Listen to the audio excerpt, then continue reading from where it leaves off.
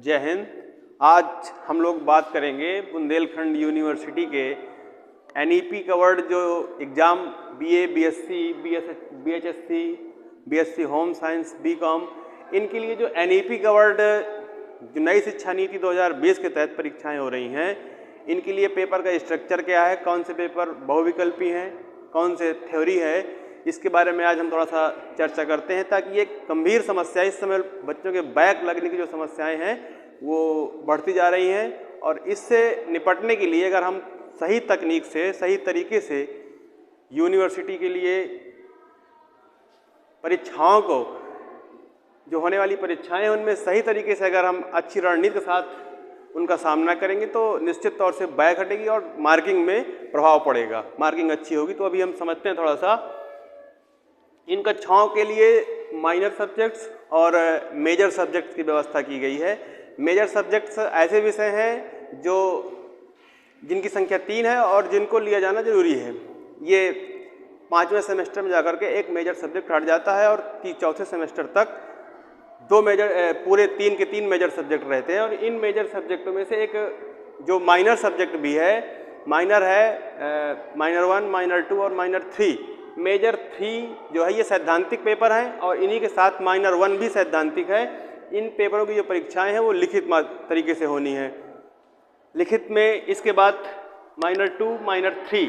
Minor 2 जो है vocational या स्किल डेवलपमेंट का पेपर है और ये इसके साथ माइनर 3 को करिकुलर जो पाठ्य सहगामी है, ये एमसीक्यू या मल्टीपल चॉइस क्वेश्चन या बहुविकल्पीय तरीके से इसकी परीक्षाएं होनी है। अच्छा, जिन विषयों की परीक्षाएं बहुविकल्पी होनी है उनमें जो प्रश्न पत्र है वो 75 नंबर का होगा, क्योंकि 75 नंबर का एक्सटर्नल असेसमेंट है और 25 मार्क्स का इंटरनल असेसमेंट है जो कॉलेज लेवल से दिया जाना है। तो ये 75 नंबर के 75 प्रश्न आएंगे और सारे प्रश्नों को हल करना जरूरी है। अगर आप नहीं हल करते हैं तो आपकी मर्जी, लेकिन इसमें कोई ऋणात्मक अंकन नहीं है, इसलिए ये जरूरी है कि सारे प्रश्नों को हल किया जाए। अब 75 प्रश्न इधर से मिलेंगे और 25 प्रश्न कॉलेज लेवल से मिलते हैं। जो कॉलेज लेवल के 25 प्रश्न हैं, इन प्रश्नों के लिए कॉलेज में इंटरनल एग्जामिनेशन या मिड टर्म एग्जामिनेशन या अन्य तरीके से जो नंबर्स होते हैं उसको दिया जाता है। तो ये कॉलेज लेवल से, इसकी फीडिंग कॉलेज लेवल से होती है और ये जो एक्सटर्नल मार्क्स होते हैं, जो 75 मार्क्स हैं, ये यूनिवर्सिटी लेवल से दिए जाते हैं। इसके लिए हमें 75 नंबर की परीक्षा जो माइनर्स 2 और 3 है, इसकी परीक्षा बहुविकल्पी होनी है और इस बहुविकल्पी के लिए हमें 75 के 75 विकल्पों को हल करना चाहिए। क्योंकि इसमें कोई ऋणात्मक या नेगेटिव मार्किंग नहीं है, इसलिए पूरे प्रश्नों को हल करना जरूरी है। अब सैद्धांतिक की बात करें तो सैद्धांतिक पद्धति या परंपरागत पद्धति या लिखित परीक्षा, इसके आधार पर छात्र का मूल्यांकन किया जाता है कि इसमें जो क्षमता है वो कहाँ तक है, अपनी बात को कहाँ तक सकता है, और यही एग्जामिनर आपके प्रश्न पत्र के माध्यम से आपसे जानना चाहता है कि आपके अंदर जो क्षमता है, जो मैच्योरिटी है वो कहाँ तक है, आप किन चीज़ों को अच्छे से समझते हैं और कैसा एक्सप्लेन कर सकते हैं। अगर आप इस पद्धति में निपुण हैं तो आपको मेजर 1, मेजर 2 और मेजर 3 के साथ माइनर 1 की परीक्षाओं में अच्छे अंक आएंगे। लेकिन अगर आप एमसीक्यू में सक्षम नहीं हैं तो आपकी इधर से मार्किंग कम हो जाएगी। इसलिए एक रणनीति के तहत हमें ये जरूरी है कि मेजर 1, 2, 3 एंड माइनर 1 ये जो सैद्धांतिक है, इसके साथ साथ बहुविकल्पी परीक्षाओं में भी अच्छा प्रदर्शन किया जाए ताकि आपके बैक न लगेंगे और जो रिजल्ट का ओवरऑल जो रिजल्ट है वो अच्छा रहेगा। क्योंकि एनईपी के आधार पर जो सेमेस्टर प्रणाली लागू की गई है, इसके पहले वार्षिक परीक्षा थी और वर्तमान में सेमेस्टर प्रणाली है। सेमेस्टर के तहत अलग अलग कक्षाओं के लिए, अलग अलग कोर्सों के लिए एक सेमेस्टर सिस्टम है जिसमें से आपको CGPA, SGPA में रिजल्ट आता है, इसको CGPA कन्वर्जन भी आता है। तो CGPA और SGPA जो प्रणाली है, इसके लिए आपको हर 6 महीने में परीक्षाएं देनी होती हैं। इसके बाद कॉलेज के लेवल से भी मूल्यांकन होता है ताकि जब कोई छात्र अगर एक बार एग्ज़ाम देता है एनुअली आधार पर, वार्षिक तौर पर, तो ऐसा होता है कि एक बार परीक्षा देते समय मान लीजिए जिसको बीमार हो गया या बुखार आ गई, कोई समस्या पैदा हो गई, उस समय कोई आकस्मिक घटना हो गई, तो वो अपना पूरा प्रदर्शन जो है एक बार की परीक्षा में सही से नहीं दे पाता। हालांकि ये उन विद्यार्थियों के लिए अच्छा था जो बाहर जाके काम करते थे और फिर आकर के इकट्ठा एक बार पेपर देते थे उनके लिए तो अच्छा था, लेकिन जो लोग साल भर मेहनत करते हैं और लगातार प्रयास करते हैं उनके लिए ये जो प्रणाली है सेमेस्टर सिस्टम ये अच्छा है। अब इसमें हर 6 महीने में एग्ज़ाम होने हैं, तो और उन 6 महीनों के जो एग्ज़ाम हैं उनमें भी इंटरनल और एक्सटर्नल करके दिया गया है। जो 75 नंबर का एक्सटर्नल है वो बाह्य मूल्यांकन है और जो 25 नंबर का मूल्यांकन वो इंटरनल मूल्यांकन है। इसके तौर पर ये आवश्यक हो जाता है कि बच्चे ने साल भर जो भी कार्य किया या सेमेस्टर के तहत पर जो कार्य किया उसके तहत आंतरिक मूल्यांकनकर्ता भी बताएंगे कि नहीं इस बच्चे का प्रदर्शन अच्छा रहा, इसलिए उसका आंतरिक मूल्यांकन अच्छा होगा और एक्सटर्नल में आप लिखित परीक्षा देंगे उसका मूल्यांकन अच्छा होगा। इससे आपका अगर एक बार आप बीमार भी होते हैं, कोई आकस्मिक घटना भी घटती है तो पूरा ओवरऑल रिजल्ट प्रभावित नहीं होता, इसलिए सेमेस्टर सिस्टम अच्छा है। अब हम बात करेंगे बुंदेलखंड यूनिवर्सिटी के एक लेटर 9 दिसंबर 2023 को जारी हुआ था, जिसके तहत जो सेमेस्टर परीक्षाएं हैं इनकी एक प्रणाली सिस्टम निर्धारित किया गया था कि पेपर का स्ट्रक्चर कैसा होगा। इसकी हम बात करते हैं।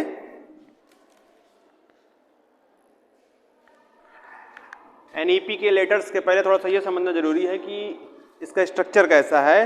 तो एक एडमिट कार्ड के माध्यम से हम देखते हैं। इसमें से एडमिट कार्ड में अगर हम देखें तो आप देखिए मेजर 1, मेजर 2 और मेजर 3, इसके बाद माइनर 1, ये चारों जो पेपर्स हैं ये थ्योरी पेपर्स हैं। इसकी परीक्षा लिखित होनी है जिसको सैद्धांतिक तरीके से लिखा जाना है लघु उत्तरीय और दीर्घ उत्तरीय और लघु उत्तरीय प्रश्नों में। इसके बाद जो माइनर 2 और माइनर 3 है, ये दोनों माइनर 2 में जो सब्जेक्ट है ये विषय कौन सा है, ये वोकेशनल या स्किल डेवलपमेंट से संबंधित है जो एमसीक्यू पे होगा। और माइनर 3 जो है ये फूड न्यूट्रिशन एंड हाइजीन, ये को करिकुलर होगा, पाठ्य सहगामी है और ये स्किल डेवलपमेंट के लिए है। अच्छा, डेस्कटॉप प्रिंटिंग स्किल डेवलपमेंट के लिए कैसे है, डेस्कटॉप प्रिंटिंग में कंप्यूटर संबंधित जानकारी होगी। और इसके बाद इस चीज़ को जब आप समझेंगे तो एक स्किल या एक कला ये अंदर से एक प्रस्फुटित होगी और इसके बारे में जानकारी पैदा होगी ताकि आपकी जो स्किल्स है वो डेवलप हो सके। वोकेशनल या व्यावसायिक तरीके से आप दक्ष होंगे तो ये फायदा आपको मिलेगा।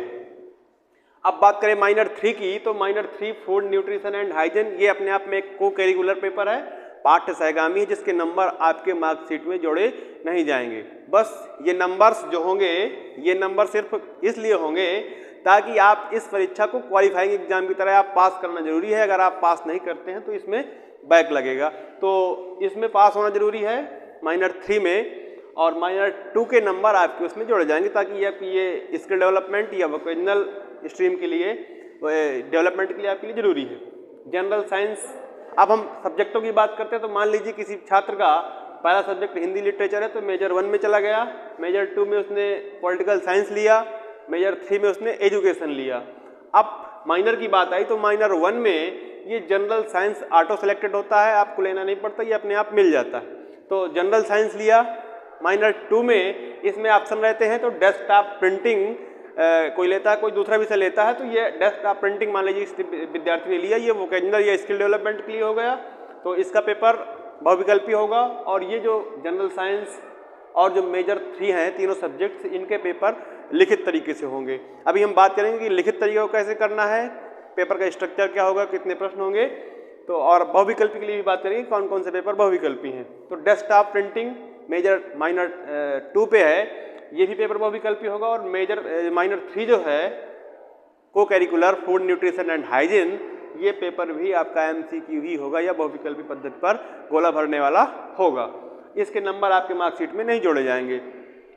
अब हम बात करते हैं एनईपी के जो 9 दिसंबर 2023 को लेटर जारी हुआ था बुंदेलखंड यूनिवर्सिटी झांसी के द्वारा कि जो एनईपी का स्ट्रक्चर होगा वो कैसा होगा, तो हम इसकी बात करते हैं।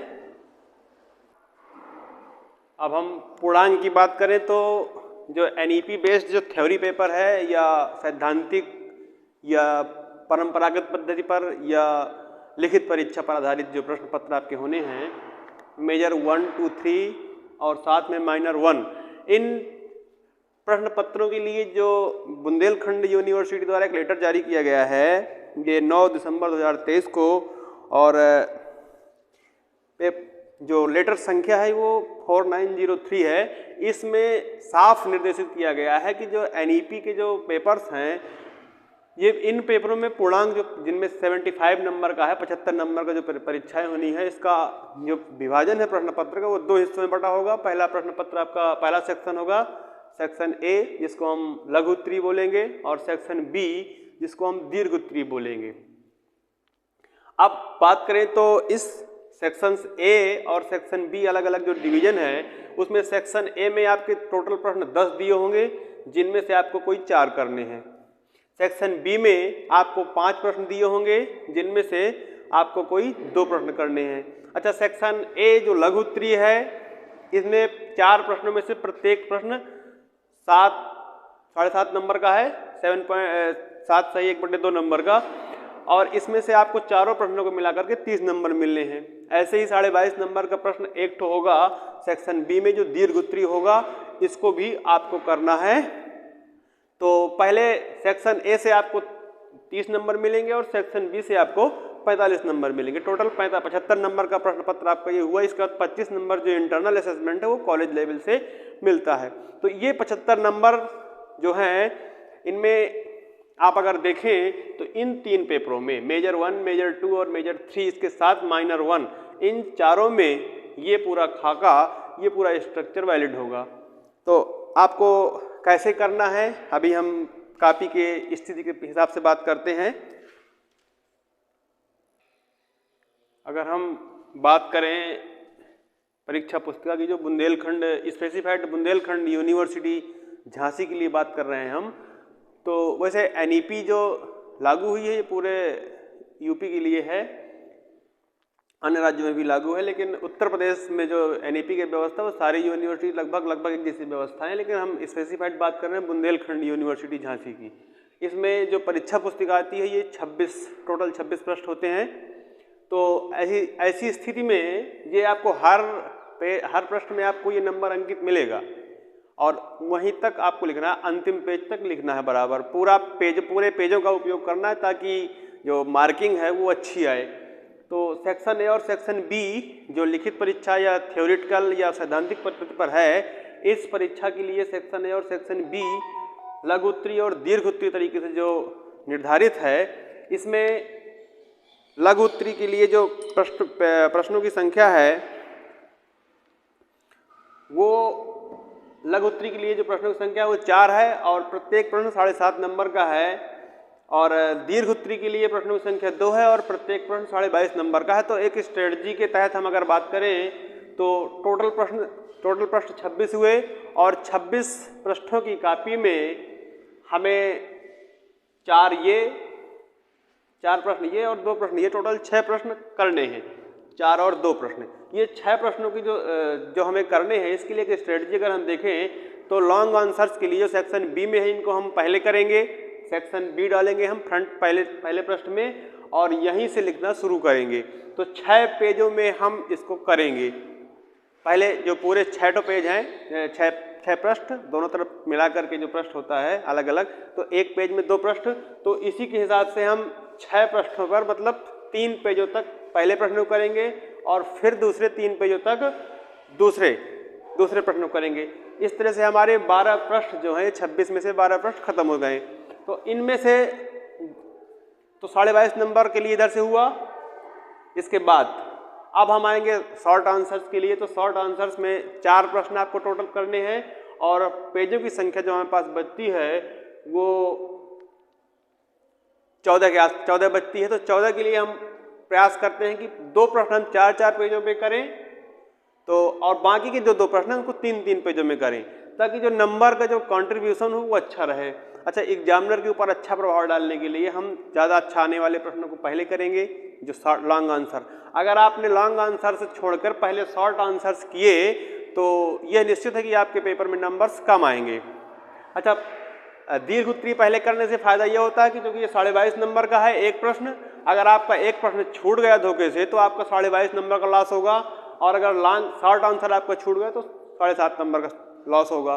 तो ये नुकसान ज़्यादा बड़ा है, ये नुकसान छोटा है। इसीलिए पर पेज के हिसाब से जो मार्किंग है उसका एवरेज इसमें अच्छा होता है। दीर्घ उत्तरीय प्रश्नों में अच्छे नंबर दिए जाते हैं और इन प्रश्नों में कम अच्छे नंबर दिए जाते हैं, ताकि इसमें पेजों के नंबर भी कम होते हैं और पर पेज के हिसाब से एवरेज कम रहता है नंबर्स का।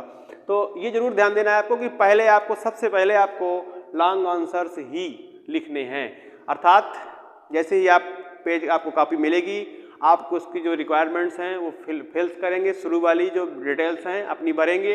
इसके बाद पूरी कॉपी को आप पहले पूरी कॉपी देख लेंगे, कोई पेज फटा तो नहीं है, फटा होगा तो उसको चेंज कर लेंगे। अच्छा, आप अपनी जो डिटेल्स है उसको फिल करने के बाद जो बेसिक डिटेल्स हैं, आपका रोल नंबर और सेंटर, ये सब सारी चीज़ें आप फिल करने के बाद, सब्जेक्ट कोड, इसको फिल करने के बाद आप सेक्शन, पहले प्रश्न में आप सेक्शन बी डालेंगे और वहीं से दीर्घ उत्तरीय प्रश्नों में से जो आपके ये कोई 5 प्रश्न दिए हैं, इनमें से 2 ठो करने हैं, 3 ठो छोड़ने हैं, तो उन्हीं 5 में से चुनाव करना कि आपको कौन सा प्रश्न ज़्यादा अच्छा आता है। जो बहुत अच्छा आता है उसको प्रश्न संख्या, ये उसी प्रश्न नंबर के साथ, प्रश्न संख्या 5 है तो 5 के साथ या जो भी है, तो उस प्रश्न के साथ उस प्रश्न का उसके नीचे उत्तर डालेंगे और उसकी जो डिटेल्स है उसको लिखना शुरू कर देंगे आप।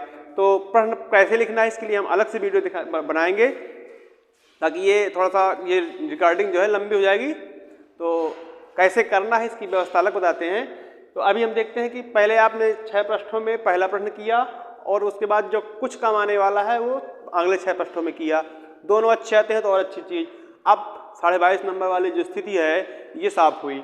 अब हम पहुँचते हैं शॉर्ट आंसर्स पे, क्योंकि शॉर्ट आंसर्स भी 7.5 नंबर का प्रश्न है तो इसको भी कम नहीं किया जा सकता, इसलिए इसको भी हम पहले 2 शॉर्ट आंसर्स 4-4 नंबर्स के 4-4 पेजों में कर देते हैं। इसके बाद 2 जो शॉर्ट आंसर उसको 3-3 पेजों में कर देते हैं, ताकि हमारी 26 के 26 पेज 26 पृष्ठ भर सकें। अगर हम ऐसा कर पाते हैं तो हमारे नंबर्स कटने नहीं हैं। अगर आप इसमें 7-7 पेज भी लिख सकते हैं तो और अच्छी चीज़ है। अगर आप 7 पेज इसको लिख सकते हैं तो आपके पास 14 पेज ही हुए और 26 में 14 चले गए, आपके पास 12 पेज बचे। 4 पृष्ठों वाले में इनमें भी आप 3-3 पृष्ठ प्रत्येक को डिवाइड कर सकते हैं। तो ऐसा भी किया जा सकता है कि इन पेजों में हम 7-7 कर दें और ऐसे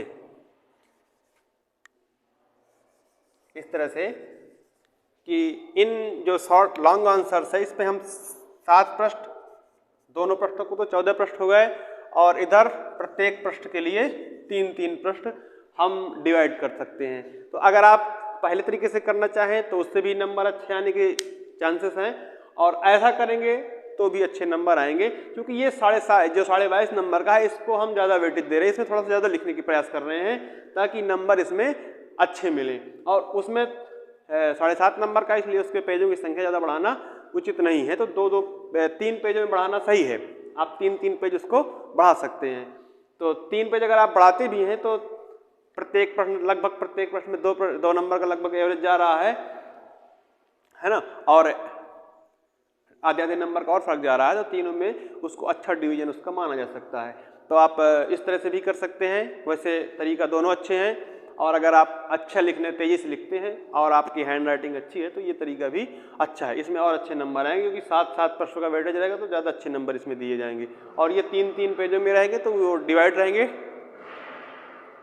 2.5 नंबर प्रत्येक पेज के लिए निर्धारित रहेगा, तो आपको 3.5 पेजों में बन जाएगा। अच्छा, पेज प्रश्न करने कैसे, इसके लिए अलग से एक क्लास देंगे तो समझ में आ जाएगा। अब हम बात करते हैं कि कौन कौन सी परीक्षाएं बहुविकल्पी या OMR बेस होनी है। MCQ की बात करें तो जो पेपर बहुविकल्पी होने हैं उनमें आपको जानकारी है कि माइनर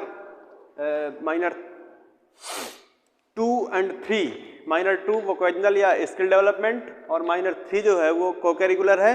इनमें से इन परीक्षाओं को बहुविकल्पी होना, तो एक लिस्ट यूनिवर्सिटी द्वारा जारी की गई है, जिसमें से हम इस लिस्ट को टेलीग्राम चैनल के माध्यम से इसके डिस्क्रिप्शन में डाल देंगे, ताकि आपको टेलीग्राम से ये इसका PDF मिल जाएगा।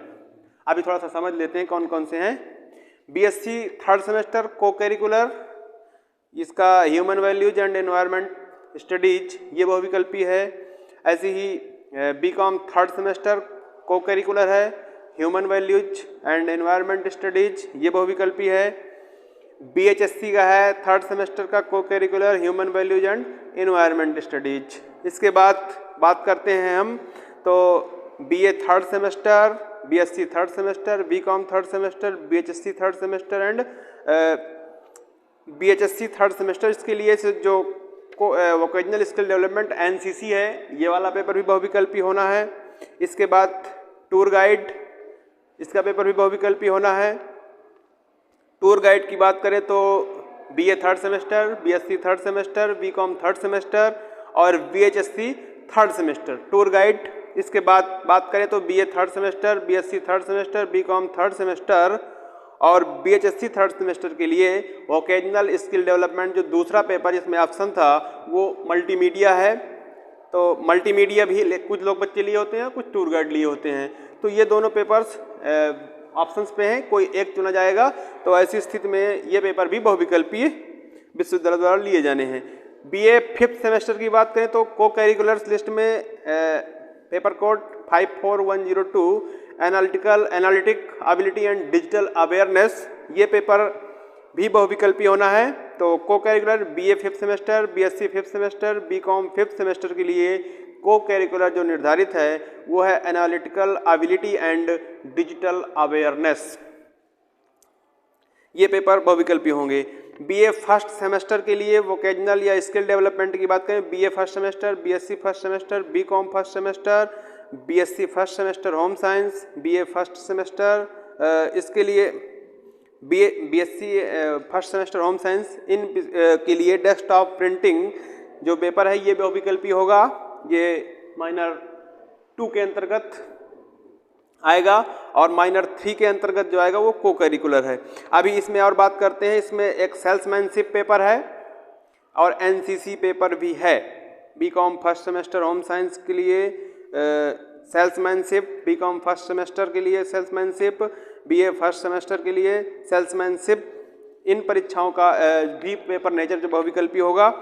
MCQ इसके बाद NCC वोकेशनल और स्किल डेवलपमेंट में NCC भी है, इसका पेपर बहुविकल्पी होगा। अतः को करिकुलर की बात करें तो BSc फर्स्ट सेमेस्टर और BCom first semester, BSc first semester home science, ये फूड न्यूट्रिशन एंड हाइजीन, ये पेपर बहुविकल्पी को करिकुलर जो बहुविकल्पी होगा। इसके को करिकुलर के नंबर्स जो है आपकी मार्कशीट में नहीं जोड़े जाएंगे। इसको ये क्वालिफाइंग एग्जाम है जिसको पास करना जरूरी है। अब BA थर्ड सेमेस्टर और BA फर्स्ट सेमेस्टर, इसके लिए को curricular human values and environment studies, food nutrition and hygiene, ये पेपर जो है बहुविकल्पी हैं। इस लिस्ट को इसकी एक PDF के माध्यम से या JPEG फॉर्मेट में इसको डाल दिया जाएगा। इसको आप टेलीग्राम के माध्यम से डिस्क्रिप्शन में लिंक देंगे, उससे आप डाउनलोड कर सकते हैं। तो आपको दिखाई दे जाएगा स्पष्ट तरीके से कौन कौन से पेपर बहुविकल्पी हैं। तो बहुविकल्पी पेपरों को कैसे करना है और थ्योरेटिकल पेपर्स को कैसे करना है, जो सैद्धांतिक परीक्षाएं हैं, इसके लिए हम एक अलग से वीडियो रिकॉर्ड करके दे देंगे ताकि आपके नंबर्स अच्छे आएँ। और आपके नंबर अच्छे आएंगे, बैक नहीं लगेगा। तो एक तो विश्वविद्यालय को अभी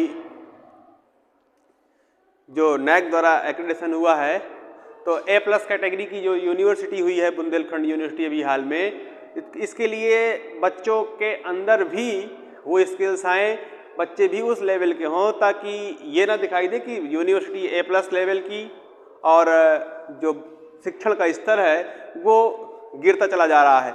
ऐसी स्थिति में आपका जो मार्क्स हैं वो ना गिरें और बच्चे हतोत्साहित ना हो।